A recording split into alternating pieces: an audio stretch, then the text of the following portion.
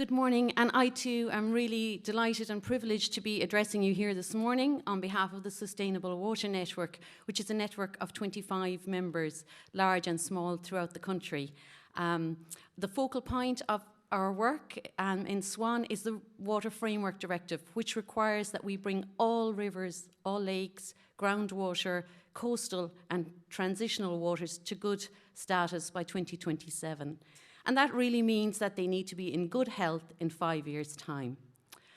This is relevant to your work on biodiversity here, because the assessment of water health is based on the invertebrates and the plants in a water system, as well as the chemistry. So the health of our water is intrinsically linked to the biodiversity that lives in that water.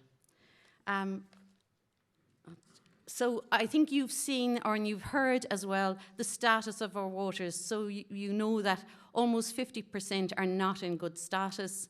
And you also have heard a bit about the pressures. So the big pressure there, agriculture, also hydromorphology, quite big. And Bernie, in her previous talk as well, covered more detail on what those pressures are. But I suppose what I want to say to you is that, unfortunately, as you can see, the pressures are going in the wrong direction, and there's too much at stake. We can't really push this can down the road anymore. We really need much more action on it.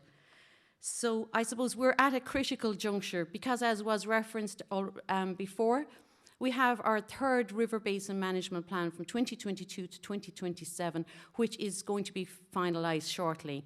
And that is Ireland's plan to take actions to address the pressures on our waters and to get them into good health by 2027.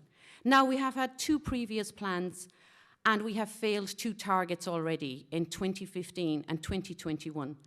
So it's critical at this stage that we take much more action. I suppose, forward.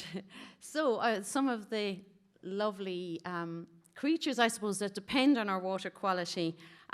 So in terms of the draft plan, just to say that we in Swan believe that the plan isn't ambitious enough, it's too weak, and it doesn't have enough targeted measures to take action that will address our water quality issue.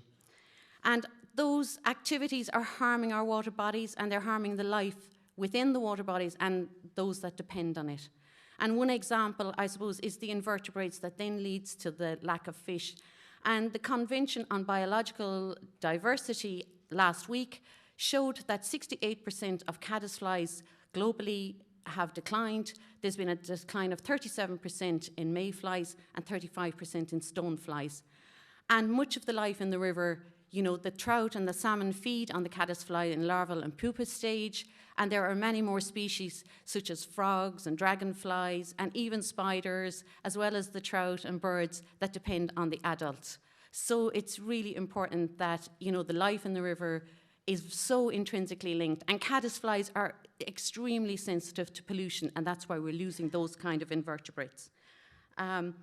An effective river basin management plan would also underpin successful, I suppose, action on biodiversity. And this is critical because almost 88% of our special areas of conservation are in water-dependent areas or species that depend on them.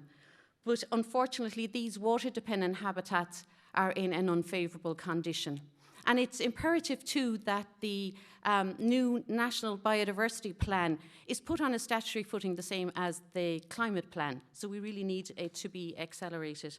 I suppose what we feel needs to happen, we need to develop a national river, lake and wetland restoration system. We need to prohibit wetland drainage and reform the Arterial Drainage Act of 1945. This is to remove the imperative to continue to drain 11,500 kilometres of river channel. All forestry operations must include a Water Framework Directive specific assessment being permitted. And what this would do is that it would prevent the planting of coniferous forestry where it would damage our rivers and our lakes.